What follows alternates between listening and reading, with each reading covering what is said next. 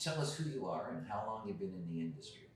Okay, so Christine James, Vice President, Canada, Travel Leaders Network, over 40 years in the business, and 24 years this year with Travel Leaders Network.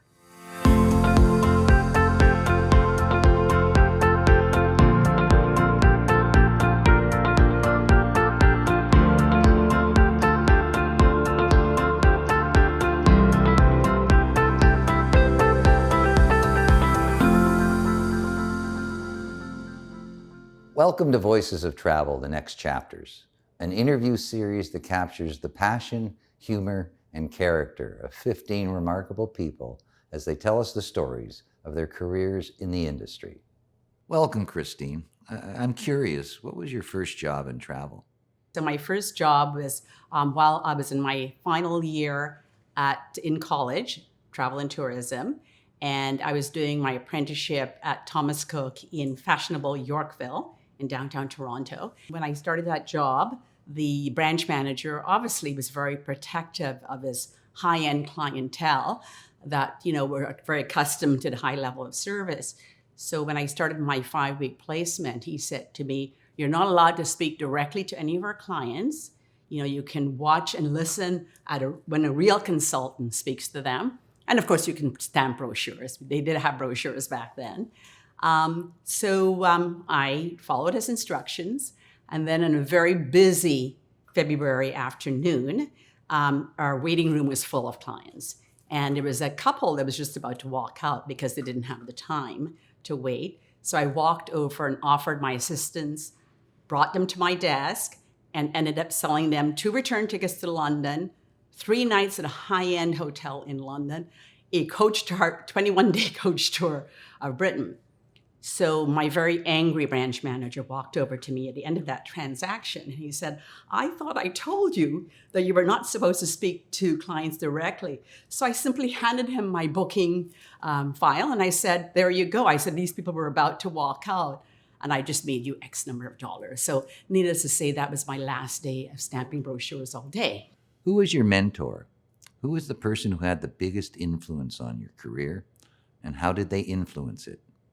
Absolutely. My mentor actually was 7 years later. I was working at Travel Trust International.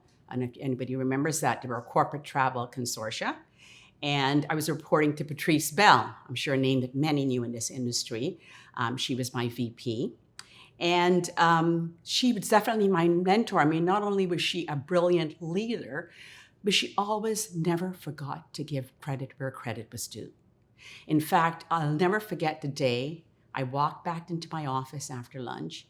She handed me a message from a prospect I've been working on for a few months. It was a large network in Quebec. And she said, "Romeo," that was the name of the president, "he's decided to join our network. And he thinks you're wonderful. P.S. So do I." Aww. And to this day, every time I need a boost or I'm feeling a little bit down, I save that note and I take it out and I read it. I mean, she was a true mentor, supporter of women, and again, always giving credit. She was tough. She was extremely organized, and very strategic in her management skills. But I learned so much from her. And on a personal note, I have to give credit to my dear mother, who was a school teacher by profession. And she ran her own private kindergarten school and raised not 1, not 2, not 3, not 5, but 9 children. And did it and made it sound so easy. And she did it back in the day when women were, not breadwinners, let alone, they were not working, let alone breadwinners in their family. So she was a true trailblazer. So I graduated from high school. I was not even 16 yet. So I didn't know what I wanted to do when I grew up because I hadn't quite grown up yet. And that's when I took my time off and I worked, in a full-time job for actually a year and a half. Well, I made my decision. I was just happened to be flipping through a career magazine and found this program on travel. And I thought, what a great way to combine, what I love, my passion for travel, and dealing with clients. And I was working actually in that job as in customer service. So it was a perfect combination of what my passion was. Christine, I'm hoping you can paint people a picture of what the industry was like 30 or 40 years ago, because it really was a different world. Absolutely, Bob. I mean, it's changed so drastically, as we know. Number one, when I think back at airfares, okay, we did have the old Reservac clunker computer, which most consultants today would know what that meant, but it was a form of the first evolution of a computer, a booking computer, which is powered by Air Canada. But you actually could quote a fare off a printed fare sheet. I mean, that's how simple it was. We had 4 fare classes for domestic travel. And of course, I mean, all the mass market suppliers offered 15% commission at sources to any agency of any size.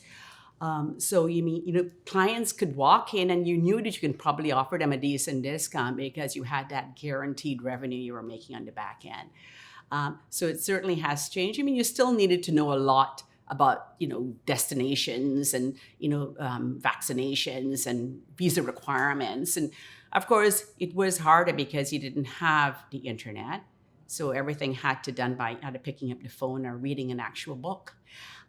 So it has evolved and changed for the many ways better, but I still think today, when I look at our network and I look at our advisors, I mean, it is just so complex now.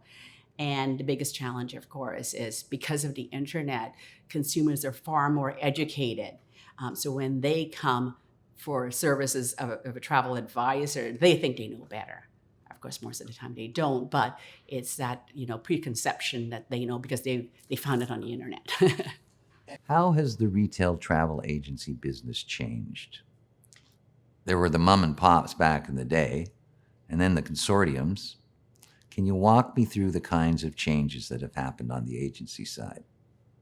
Consortia have gone from being accused of being commission clubs to now being marketing organizations. When I joined Travel Leaders back in 1999, it was vacation.com at the time. The commission club concept was still a very significant driver as to why what you call the mom and pops would motivate them to join a consortia. So, I mean, the key benefit, was of course that high level commission at source. So if you joined a consortia, whether it be ours or one of our competitors, you would be guaranteed that higher level of the commission right at source. So that would really have a significant impact in your revenue. And of course, you're still able to maintain your ownership, independent ownership, mom and pop. But even at that time, I remember when I joined the company, we were very much vested in education, training, and even marketing.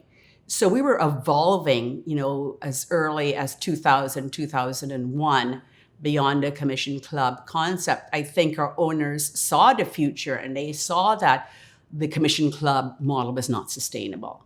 And you had to look beyond. Because I do remember launching our, direct mail marketing program back in 2000. And we were executing actually at a pretty sophisticated level, where we would secure the databases from our membership and then negotiate with the suppliers for marketing funds and then execute on their behalf, do all the printing and the demographic, background work on it to make sure we were talking to the right client when we sent a mailer out. But what's, changed probably is the technology aspect.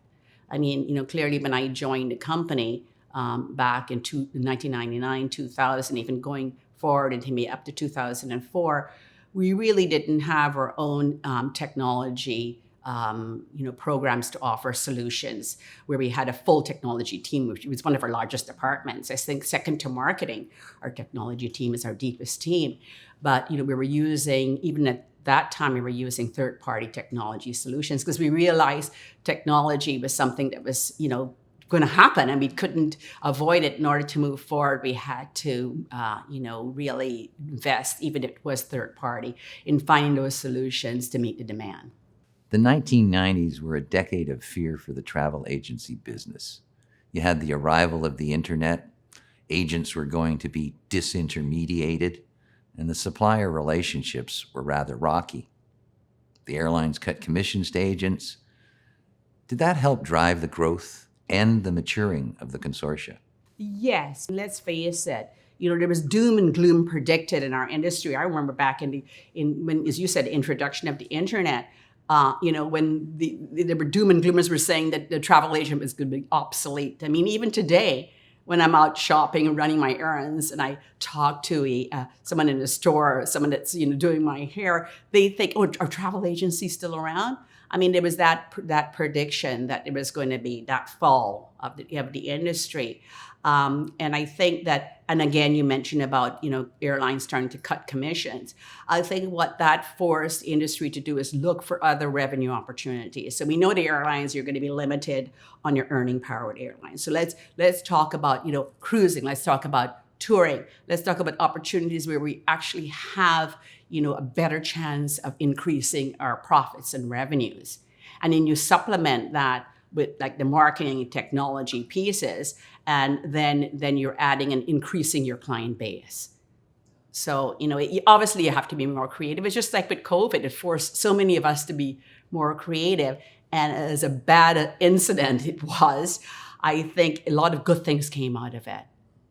For example, it taught a lot of us that we could survive, we could run our businesses, albeit we still prefer to be in person. We're able to function in a virtual environment.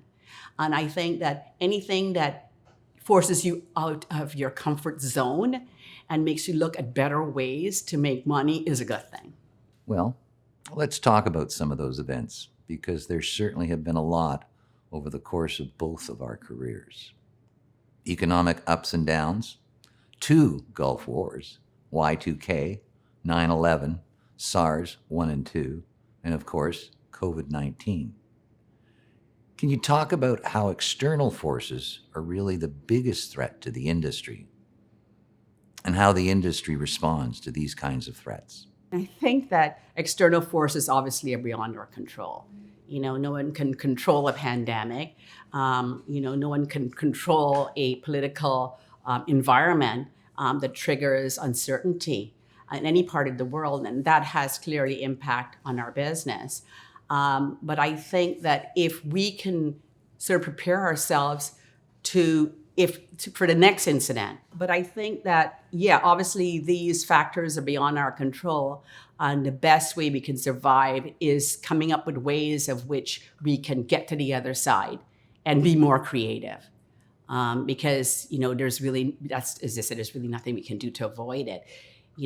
I'm hoping that we'll never have a pandemic incident like we had with COVID. Again, it certainly was the most significant pandemic in my career. I do remember SARS because I was around in the industry.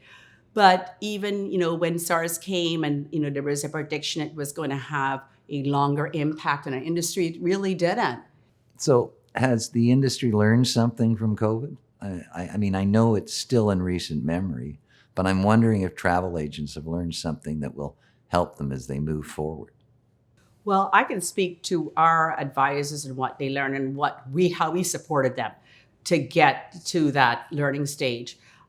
Is that, we knew that obviously COVID was going to be a longer run. And we knew that in order to, not only survive it, but come back and actually thrive and do better, we had to find a place where we knew that consumers would need the advisors even more than they needed us before COVID. So our focus has been on luxury travel, because our luxury numbers have gone up exponentially. Yes, our mass market numbers have increased substantially. I mean, our numbers are far exceeding 2019, and 2019 was a magnificent year in the business. So our numbers have exceeded 2019 overall. But when I look at the growth, it's in the luxury space, because I think consumers are realizing that there is no way, and when you're investing that kind of money on a luxury vacation, you need a real person. And you need the trust. There's a trust factor involved. And that is why that business has really increased. I wanted to circle back to an earlier part of our conversation, Christine. You mentioned your mother and you mentioned Patrice Bell. And I wanted to talk to you a little bit about diversity, equity, and inclusiveness. What was the industry like in this area when you started? How has it progressed, or has it progressed? And where does it need to go? What are some of your observations on this? Yeah, well, thank you for asking that, Bob. And, when I think back to when I started, my career, back in the late 70s, I think we have progressed in that area. Are we where we need to be? Absolutely not. So I did some research, and these are current statistics. And so you probably noticed, but 55% of our industry are women. And even though we represent that striking percentage, only 20% of the women, I'm talking about our industry, are actually in management positions, and only 8% are in executive positions. And of the 8% of the executive positions, they're still making 63 cents on the dollar. Like, what's wrong with that? We're doing the same job. And, so our industry, I was thinking that, geez, the general industry is, behind the eight ball with that in terms of equity. It's bad enough that we're not representative on the executive level, but when we do get there, why are we only making 63 cents on the dollar? That statistic I could have accepted back in the 70s. I find that a really tough pill to swallow today, in today's environment. So where's the leverage? Where's the ability to change? I'm not sure whether attitudes is the right word, but definitely policies. How should the industry solve this? We need more women in executive positions who are at that level to make those significant policy changes is what we need. And if I can give any advice to any women, either in this industry or looking to advance, is support your fellow sister. Like, I think that women traditionally, not all women, but still a good percentage of women do not support their fellow sisters. And if they do, we would all get there. We're stronger together than we are apart. Everybody knows that. Maybe this is a stupid question, but isn't there a network of women in this industry that talk amongst themselves about ways to solve the problem? And that's a terrific idea. If I had more time, I'd probably volunteer to lead that. But we do have that in Internova. Internova is Travel Leaders Parent Company, and we have a Women of Internova, which we rolled out, actually it was during COVID. And so every month it's via Zoom. So we even invite men to join the call.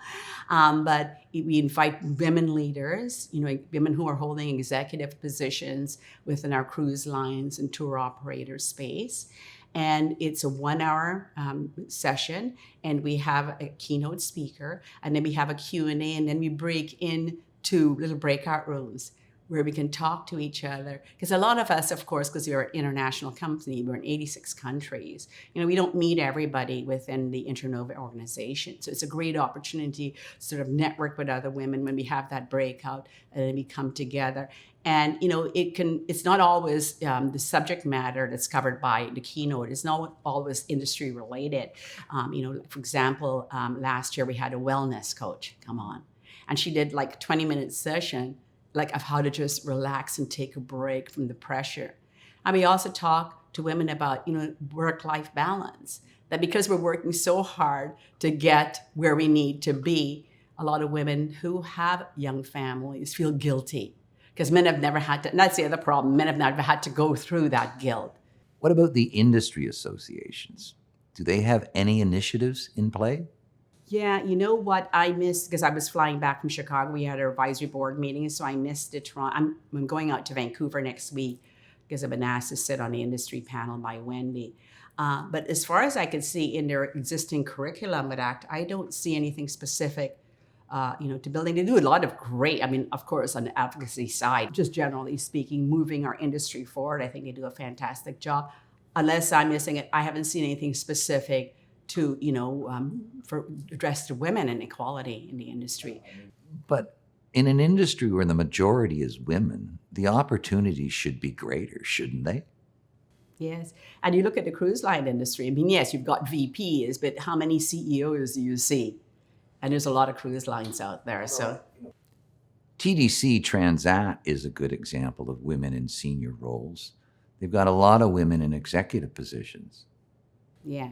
And I see that Travel Brands also announced some executive promotions, and it was predominantly female, which is really nice to see. So, I don't think that you should just promote somebody because they're female, but I believe if they have the skill set and the capability, and you do promote them, I mean, they shouldn't have to fight longer to get that promotion. They should certainly be making the same salary. So, Changing it up a bit, I wanted to go back to technology and get you to talk about artificial intelligence, something everyone is talking about, both inside and outside the industry. And I'm wondering how you see AI impacting on the travel industry. well, funny you should ask. We invited an expert on AI to address our top members. And the message was you need to embrace it because it is it's a great tool. You still have to fact check it because the databases for most AI tools only go back to 2021. So for example, if you ask it for your best restaurant in Chicago, which I was just at, and they give you a list, then that restaurant could have closed since 2021. So you do have to fact check it. But what it's great for example, as you know, Bob, we launched a number of years ago our lead generation tool, okay, where we are sending leads of new clients to our advisors. And as I said, many of our advisors are great at selling travel. They don't necessarily know how to sell themselves. And so the beauty of AI when they're writing their bio is they can write, a basic bio, feed it into AI and say, come up with something, longer, 50 words, or make it warm and friendly, or, or make it sound like me. I mean, it's incredible. I've tested it and it's instantaneous. So, you can use it for a number of reasons. We had one of our advisory board members yesterday who creates a lot of her custom tours. And she, has this tour she put together, very basic, the logistics components of the tour. But, AI framed it in a really nice way that, got her the exposure over her social media that she needed to promote, market, and sell that tour. So don't be afraid, educate yourself. That's right. Yeah, and in fact, we're investing travel leaders with one of the AI providers to integrate it into our intranet site so that our members that want to take advantage of it don't need to pay for it. We're going to pay for it. We're going to fund that for a year, see what the pickup is like, but just get our members that are a bit fearful of it and it's something new to test it. But instead of fearing it, you've got to use it to your advantage because everybody else is. Our suppliers are using it. So for you to maintain your level of competitive edge, you need to embrace it and use it for all its good value. I also wanted to ask you about sustainability. I believe the last time your senior executives were up in Canada, I was talking to them about sustainability. And based on the last summer, with the severe weather, heat, floods, rains, I'm wondering how much do agents need to educate themselves on sustainability? The sustainability issue is definitely here. I think the driving factor is that their clients are asking about it. So if their clients are asking about it, then they need to be able to respond. And I think that the suppliers need to take maybe a more active responsibility. I think a lot of them, I know that, the adventure tour companies like G Adventures, for example, they have been preaching the sustainability model for many years. Because that really fits very nicely with our model. And because, again, their tours are smaller, they're going into remote areas. Again, in terms of the economic sustainability within the regions that they travel, then they're employing local people, like all their tour guides are local, people that do their transfers are local. So I think that's been part of their DNA. I think, and I know it's not an easy solution and it's not going to happen overnight. But I think if you care at all about our planet, everybody has to focus more on it, right? So, but it's not going to something, as I said, it's going to take some time. Climate change could well change the travel patterns that the industry has been accustomed to over the years. And, it's really interesting because when I look at my forward bookings, typically the Europe season in a traditional year, Europe season would be all but over, right, by the end of this month. And because of the climate change that's impacted the high temperatures in Europe, people are now booking for Q4 for Europe because it is a more comfortable time of year to go. It's still, if it's in the 40s now, it's still going to be perfect touring temperatures in October and well into November. In fact, many of our top account events that we've hosted over the years have been in the October timeframe, November timeframe. So, it's a great time because also there's less people, right? Wherever you're going, you're not dealing with hundreds of people trying to get into a high demand attraction. So there's so many benefits, but I think that if we're going to again use something that's a negative, and I was reading the other day, we've had the hottest July on the planet ever since we started recording the weather. I mean, that's significant. But I think that if you're going to take something, again, out of your control, I mean, it's certainly out of my control, that, then you turn it into positive and you say to your clients, look, I don't blame you. You didn't want to go to Italy when it was 48 degrees, but you're still going to have a very pleasant experience if you go in October. And the airfares are going to be less. So someone comes to you, they're thinking of getting into the travel business. What kind of advice would you have for them? Would you tell them to come on in, or would you tell them to run the other way? I would not turn them away. I mean, obviously, it's not all about going on free trips because the free trips don't exist like they used to back at the time when I joined the company. But it is a very rewarding career. And I think now with the evolution of the host agency model, what's happening is that's giving a lot of people out there who are looking not only getting into like at the beginning of their career, but as a second career. You have a lot of retired teachers or people in the banking business that are now looking to having a career. They love travel and they've traveled a lot. So that's great. And I look at our top host agency members and they're actually looking for independent contractors actually outside the industry that have the selling skills, that have traveled halfway around the world, that are passionate about the travel industry, and they're doing really well. So I think there certainly is an opportunity for new people starting out their career, as well as a second career for those who are semi-retired. And of course, during COVID, that forced a lot of people into early retirement, and they may not necessarily want to go back to their previous job, but they still want to do something. And it gives them that flexibility of doing something they love and working on their own hours. In the next decade, what do you see as the industry's greatest challenge? What does it have to do to meet that challenge? In the next decade, what do you see as the industry's greatest opportunity? Well, if I had that crystal ball, I wouldn't be sitting here. You asked me 10 years ago what the industry looked like, and I probably would have given you an incorrect prediction, other than to say that I didn't believe all the doom and gloom about the extinction of the travel advisor. I didn't believe that. And I don't believe that will happen still. In 10 years from now, yes, we'll evolve. You talk about technology. So what Travel Leaders has done is invested heavily on the development of our technology solutions, because I believe that especially when we get new entrants into the market, into the industry, they are going to demand that high level technology to execute and be successful with their bookings. So I think that technology will continue to play a major role. I think organizations like Travel Leaders will continue to invest in that technology to make it more seamless, to make it easier that anybody who is even outside of the industry can still use it, and it's very user-friendly. Now, Christine, I've asked you a lot of questions, but is there something that I haven't asked you that I should have asked you? All I can say to advisors out there who are in the business, who have maybe just started in the business recently or thinking about getting into the business. So I would just say, I still think it's a great business. Heck, if I didn't think so, I wouldn't still be here after 40 years in the business. So obviously there must be some attraction. Have we had challenges? But they say what challenges us makes us stronger. So I have to believe that. Thanks for telling us your story, Christine. And thanks to all of you for joining me for this episode.